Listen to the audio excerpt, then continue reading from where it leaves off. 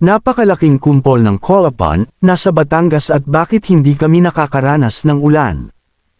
Ang malaking bahagi ng Metro Manila at Central Luzon, kabilang ang Rizal ay napapagitnaan ng bagyong Christine at isang higanteng kumpol ng Colapan na namumula sa lamig ng cloud tops na kasalukuyang nasa #Batangas at Mindoro ngayon. Huwag maging kampante, posibleng umangat ang kumpol ng Colapan patungong Cavite at Metro Manila, pati na rin sa ilang parte ng Central Luzon ang isang malaking kumpol ng Colapan na nagdadala ngayon ng malalakas na hangin at ulan sa Batangas at Laguna. Ang mismong bagyo ay nakakaapekto mismo sa Northern Luzon. As of 8 am, nasa Aguinaldo, Ifugao ang bagyong Christine, na napanatili ang lakas na 95 km per hour. Signal number 3 pa rin sa malaking bahagi ng Northern Luzon, signal number 2 sa Metro Manila, Calabarzon at signal number 1 sa ilang parte ng Eastern Visayas, Mindoro, Southern Quezon, Marinduque, North Palawan, Romblon at Bicol Region. Heavy rainfall update: itinaas na sa orange rainfall warning ang Metro Manila, Rizal, at Batangas. Nasa ilalim naman ng yellow rainfall warning ang Cavite, #Laguna, Bulacan, at Quezon. Ang mga nabanggit na mga lugar ay maaring makaranas o nakakaranas ng mga pagbaha lalo na sa mga babahain na lugar. Maari din ito magdulot ng pagguho ng lupa.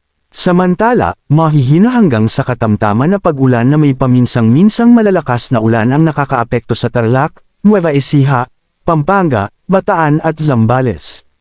Paalala sa publiko na manatiling mag-ingat at kung maari ay iwasan munang lumabas. Christine, TUMATAWID ng Luzon.